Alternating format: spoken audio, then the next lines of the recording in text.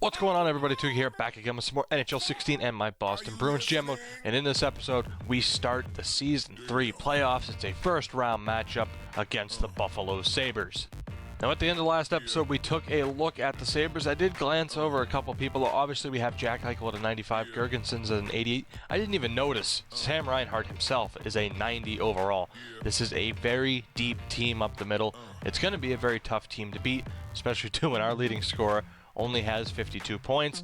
At the trade deadline, we passed on the opportunity to get a big-time sniper and instead stuck with the team that was getting us to the playoffs at that point anyway. Obviously now we've had trouble with Kovalchev and Seth Griffith, so at the moment I had two different line ideas for what we can do with the playoffs. First of all, I just went with best lines, and it put together pretty much what I was going to go with anyway.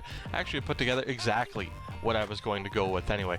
Marchand, Bergeron, and Vrbata up top. Bodker, Zarnik, and Pasternak on the second line. I'm a little bit worried. It really depends on Michael Bodker's ability to really turn into that sniper we need him to be. Third line, Nieto, Boyle, and Josh Bailey. And on the fourth line, Anton Bleed has been called up to replace Spears. He is with Chaput and Tyler Randall. I was going to either put those two guys on the fourth line like that, or we have Joshua Ho-Sang and Jake DeBrusk, both of whom are pretty much equal in terms of attributes with Kovalchev and with Griffith. So I'm a little bit weary on what I should go with, but I'm going to give the Grinders a chance first, and if we're struggling to score goals, we're putting these two young guys into the lineup just to see what they can do. Look at Joshua Ho-Sang's stats. 4.5-star puck skills, 4.5-star shooting, 5-star skating. It's crazy. And then Jake DeBrusk, it's a little bit weaker, but he's got a good shot. He's got good skating. I'm not fooling myself into thinking he's ready now. You know, if we were to call him up right now, he should be on the fourth or the third line. Obviously, we're not going to put him up on the second line, but he's close to being ready, and that's great for us for the future in particular. And as far as goaltending goes, this menu system just decides to do whatever it wants, we're going to go with Tuukka Rask. We're going to give him a try. If he struggles at the very least, we have Malcolm Subban as well. Defensively, I'm going to try something a little bit different. Rather than going Hedman-Hamonic or Hedman-Krug, I'm going to go Hedman-Morrow. They're both two-way defensemen. I just want to see what can happen, and I really want Krug and Hamonic as our top pairing with the offensive and defensive defenseman combination. Whether or not that works remains to be seen. I am also very tempted to make them the top line pairing, but we'll keep them on the second line. But for the moment, this is what we're going to do. This is the team. Again, I said it in the last episode, I don't know if we're good enough to win the cup anyway, but we're going to give it our best shot. I do think we can beat Buffalo. And down in the AHL, because now we have Ho-Sang and DeBrusk there, everyone is essentially in the lineup that needs to be in the lineup. We have Kovalchev and Griffith down there. Again, what we do with them at the end of the season, I don't know. Part of me wants to sign them and then just trade them away. I'm not sure if we'll do that, but time will tell. So here we go, guys. It is playoff time. Making the playoffs now, of course, for the second consecutive year. In Season 1, we missed out. Season 2, we made it. We got kicked out in the first round by the Columbus Blue Jackets, and now we are playing the team that finished third in the Atlantic Division. Same amount of points as us. We just beat them on the tiebreaker, so it's going to be interesting to see what happens, but we'll take this period by period. I was tempted to kind of sim the first, actually no, we'll sim the first two periods, and then we'll just do the slow sim on the third period. So end of the first period, no, I do not want to finish the game, EA. End of the first period, and it is still tied. We're out shooting them, so that's a little bit of a positive start. Let's see what happens in the second period, and we take the lead. Matt Nieto beats Frederik Andersen from right in front. That's a huge goal. We do have home ice advantage in this series. We really need to take advantage of it. All right, here we go. Third period. We'll take this minute by minute. We're out shooting them. It looks like we're out playing them. I just hope this can continue. A big win in Game 1. But do it. Patrice Bergeron gets the second goal. That is major, putting us up 2-0. And I hope that would be it. And right as I say that, Jack Eichel decides to get a terrible goal on Tuukka Rask, but Brad Marchand, I believe on a power play, adds another one back, and we win it 3-1. So Jack Eichel with a little bit of a scare. Look at where he scored that from, right there in the bottom right-hand corner. What a terrible goal led up by Tuukka Rask. But we win Game 1, 22 of 23 saves for Rask is exactly what we're looking for. And our big names led the way. Rask, first star of the game. Second and third star, our top left wing and our top center. That is exactly what we need to happen if we're going to have success in the playoffs this season, guys, or this postseason. So that's a magnificent start for us. Game 1 is in the books, and we'll just take it right into Game 2. We're going to keep everything the same. We didn't exactly have a scoring issue that game. Again, if we did, that's the point in which I would probably call up or start DeBrusk and Ho-Sang, who I'm a little bit worried they might lose some morale now that they're scratched instead of playing in Providence, but it is what it is for the meantime. Let's get in to Game 2. Of course, we'll sim the first period here. Let's see what happens. And it's 1 apiece.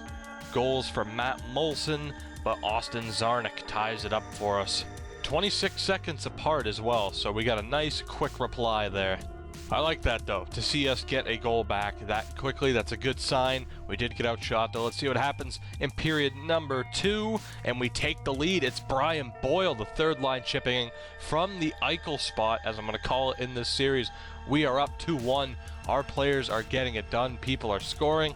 It's looking good so far. I don't want to get too ahead of myself. We're getting outshot terribly, but right now Tuukka Rask is the difference, which is what you want your 92-93 overall goalie to be. So we're in a good spot, and again, anything can happen. Should the 2011 Bruins have won the Stanley Cup? Probably not, but Tim Thomas dragged their asses to it. Anything can happen. Hopefully Tuukka does that for us. Let's sim this third period. We got that decent lead. We just got to hold on. I have confidence in the defense. I have confidence in the goaltending. It's just whether or not that offense was going to be able to stand up. Halfway through the period now. We're so close. We're still getting almost doubled up in shots. 4 minutes left. 2 minutes left. Come on, boys. Hold on. Can we get it? And we do. We take the first 2 games of the series at home. Tuukka Rask only letting up a goal in each game. When again, you talk about the players they have on this team between Eichel, Reinhart, Gergensons, Kane, Ennis, and right now Tuukka Rask is shutting them down. Another first-star performance, and then Boyle and Czarnik, our second and third line centers, getting the goals. That is huge. So far, so good. Again, exactly what we wanted to take those first 2 games. 5 goals in 2 games with only 2 goals against is perfect. It's absolutely perfect and exactly what we want. So let's get into it now. Game 3, we're just going to keep going. It's looking really good, and we just have to hope that it stays that way. We will sim the first period. Can we get off to another good start? And we do. Zach Bogosian scores, and then 4 minutes later on the dot, David Pastrnak from the Eichel spot gets the goal. We get outshot again, but right now things are going good. They score, we retaliate. We're not letting them hold the lead for long. Let's sim the second period, and it's finally catching up to us. Mitch Callahan and Jack Eichel. Again, Rask getting beat by these outside shots, and we're in a little bit of trouble, to say the least. We are in a little bit of trouble. Let's see if this team has the heart, though. Third period, take it minute by minute. We still don't have a shot this period. That might be something we have to address. It's not looking too good. Halfway through the period, we finally get a shot, but it's not looking too good. We are getting absolutely destroyed in the shot column, and that's going to be it. We don't have an answer for him at First Niagara Center. It's a 3-1 loss in Game 3, knocking us back down to reality a little bit. Mitch Callahan, Frederik Andersen, and Jack Eichel, the stars of the game. That worries me a little bit when we have that few shots. Time for game number 4. If we lose this one, we're probably going to take a look at Randall and Anton Bleed and see if maybe it's time to give Ho-Sang and Jake DeBrusk an effort. But let's take a look now and get into the sim of Game 4. Let's take care of this first period and hope we get off to a good start, and we do. We're up 1-0. Michael Bodker gets his first goal of the postseason from the point, and we outshot him, barely, but we outshot him. It's a start. Let's hope we can compound that with a good second period, and we can't. It's Jack Eichel from another horrendous angle. I don't know how Rask is getting beat by these. There has to be just a shitload of traffic in front. But this sets the stage, guys. It's a big third period. Either we're going up 3-1 in the series, or they're tying this at 2 apiece. This is absolutely gigantic, and let's see what happens here. And God, I'm nervous. Like, again, I don't expect this team to do tremendously, but still, I want them to do well in the playoffs, and you just kind of hope, again, with Rask and the defense, that they can carry us. We're keeping pace with them in shots, and Tyler Randall gets the goal, the fourth liner. Who's Joshua Hosang? Who's Jake DeBrusk? We have Tyler Randall, and that is the game winner. Are you kidding me? Tyler Randall steps up for the fourth liners and saves the day. We go up 3-1 in the series. Rask and Randall leading the way. Just as I'm talking about maybe scratching them, Tyler Randall does the deed. Awesome. Incredible stuff. And once again, Tuukka Rask only 1 goal against. 6 goals allowed in 4 games is absolutely incredible, and that shows just how well we've constructed this defense. The defense, which is only going to get better. We head into Game 5 up 3-1. The AHL regular season has ended. The Providence Bruins are playing the Hershey Bears. The Providence Bruins had a hell of a season. Their team has really only gotten better because of the addition of Kokochev and Griffith. I'm not sure how they're doing. And to be honest, I don't want to look. I just want to get into this. It's Game 5. Can we finish off the Buffalo Sabres this quickly into the first round? Only dropping 1 game would be amazing for us, especially in terms of longevity and endurance. Let's sim the first period. We're back at TD Garden, and we're down 2-1. Ryan O'Reilly strikes early. Again, more outside goals. Mitch Callahan from the outside gets his 2nd of the series. So for the first time at home, at least, we don't immediately bounce back with a goal. But Jason Demers, with a shot from the point, really changes the outlook of the game. We outshot them. Not the best start for Rask, but that Demers goal is huge. It's definitely better being down 2-1 going into the second rather than 2-0. Let's sim the second period. Can we tie this up? And we take the lead. Are you kidding me? Torrey Krug ties it up almost immediately, and then Matt Nieto getting involved. Another late goal. 11 seconds in, we have a 3-2 lead, and we've put Buffalo on the brink. So Jason Demers with 12 seconds left. The defenseman, Torrey Krug, that quick, 38 seconds into the period, gets another goal, and then Matt Nieto with 11 seconds left. An absolute stake in the heart again. Late goals absolutely changing the outlook of the period. Let's just get into this. I think we have him here, guys. I think we have him. It's going to take a big effort from him. We have a power play, and we get the goal. Austin Czarnik. Tyler Ennis scores right immediately. Oh, Tyler Ennis gets the immediate reply, though. We're halfway through the period. I got to pause this stuff. I got to pause this here. Halfway through the period, we were up 4-2 with the Austin Czarnik goal. Everybody's getting involved with the goal scoring. Tyler Ennis gets one back, so for the second time in this series now, Rask has let up 3 goals. Oh my God, 8:51 to go. Let's get back into it. 8:51 to go. Can we hold on and finish off the Buffalo Sabres? 3 minutes to go, and Buffalo ties it. Jack Eichel, and then Jack Eichel scores again. Are you kidding me? And then they get another. What just happened? What just happened? Are you kidding me? Tuukka Rask falls apart in the third period. We were up 4-2. Tyler Ennis gets a goal less than 2 minutes later, and then 2 goals in 17 seconds by Jack Eichel gives them a 5-4 lead, and Evander Kane adds the empty netter. Are you kidding me?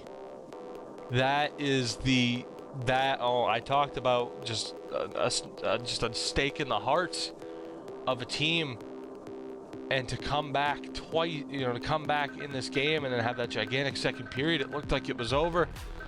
And then Jack Eichel does what a 95 overall player does. 2 goals in 17 seconds. And the Buffalo Sabres are still alive. A 6-4 victory, a 4-goal third period, 4 points for Eichel and Ennis. Evander Kane with just 3. That is a heartbreaker.